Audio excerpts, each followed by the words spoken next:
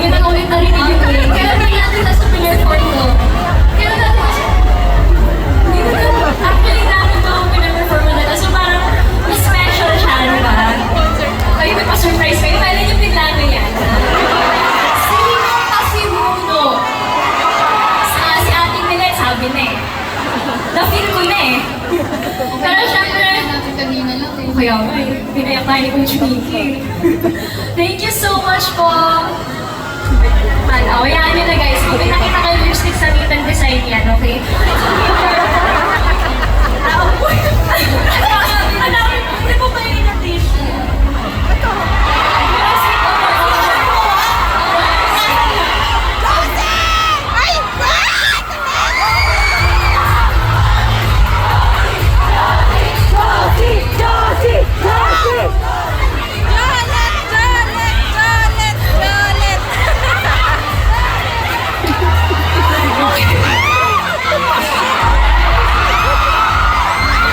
Grabe talaga yung Becky na game. Sino ba yung nagsulat ng 8? Sino? Si Stacey ka You're writing that song. It's so emotional. Yes guys, so sige, tanungin natin, anong inspiration mo? Inspiration mo si Pastor. Magulat ka 8 yung title pero hindi kayo. Isipin mo yun. Sino kaya kayo yun? Hindi mo pinatigil yung banda, di ba? Ayaw na ayaw mo kalimutin. Dili na. Kasi actually talaga, graduation song yun.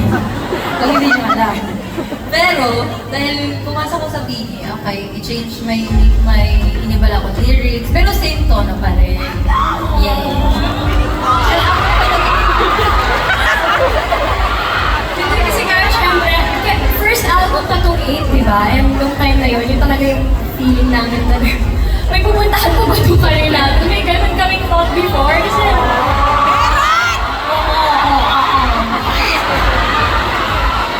kasi di ba pandemic tayo ni-launch? Ano bang pwede namin magawa sa loob ng bahay, di ba?